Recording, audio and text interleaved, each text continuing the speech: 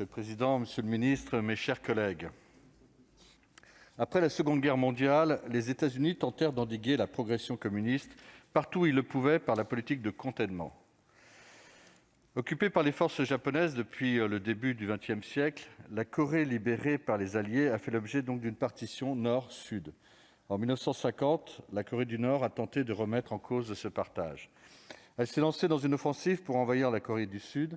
Les États-Unis et leurs alliés, sous l'égide de l'ONU, sont venus au secours de Séoul. Les Soviétiques et les Chinois ont, quant à eux, soutenu Pyongyang. Après 3 ans de guerre et plusieurs centaines de milliers de morts, le conflit s'est stabilisé autour de la ligne du 38e parallèle.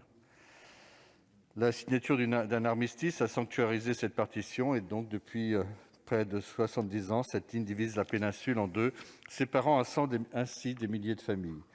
La coexistence des deux Corées n'est cependant pas pacifique. Le président Cambon nous rappelle que la paix n'a pas été signée. En 2006, la Corée du Nord a testé pour la première fois une arme nucléaire. Elle a procédé depuis à plusieurs essais nucléaires et balistiques, menaçant la sécurité de la péninsule et de toute la région. L'arme nucléaire sanctuarise le régime marxiste du Nord, qui entretient l'idée d'une menace d'invasion du Sud. C'est à cette condition que ce régime, d'un autre temps, parvient à se maintenir tandis que sa population est oppressée. Le grand leader lui-même a reconnu récemment des tensions sur l'approvisionnement alimentaire et a appelé ses compatriotes à se préparer à des temps difficiles. Nul doute que 70 années de dictature les y auront bien préparés. Véritable épée de Damoclès, cette guerre non résolue pèse sur la sécurité et la prospérité de la région. Tous les acteurs concernés ont intérêt à ce que ces tensions prennent fin et que la péninsule coréenne cesse enfin d'être l'une des plus dangereuses poudrières de la planète.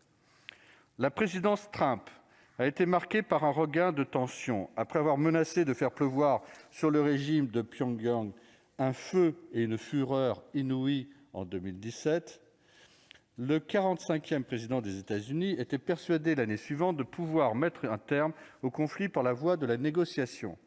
Le monde a suivi avec beaucoup d'attention la rencontre historique des deux leaders en juin 2018.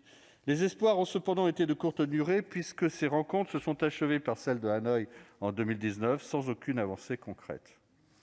La pandémie a aggravé la situation dans la mesure où elle a entraîné une crise économique dont nous ne connaissons pas encore tous les effets, mais qui a déjà significativement réduit les échanges internationaux. Une Corée du Nord qui se referme sur elle-même n'est pas une bonne nouvelle pour la paix. Notre vieux continent européen a réussi, depuis la fin du dernier conflit mondial, à tenir en respect le spectre de la guerre.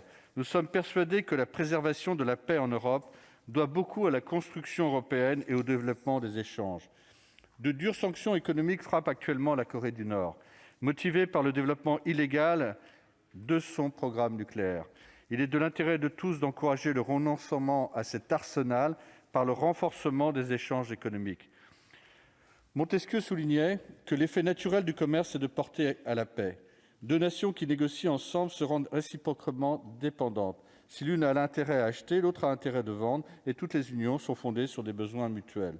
L'Union européenne montre l'efficacité de ces principes, et c'est depuis le début de la guerre de Corée. La proposition de résolution portée par le président Cambon nous propose d'œuvrer pour la paix entre les deux Corées.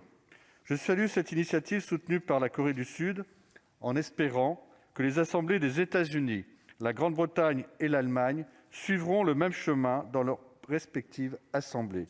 Le groupe Les Indépendants votera donc avec enthousiasme cette proposition. Merci. Merci, chers collègues. La parole est maintenant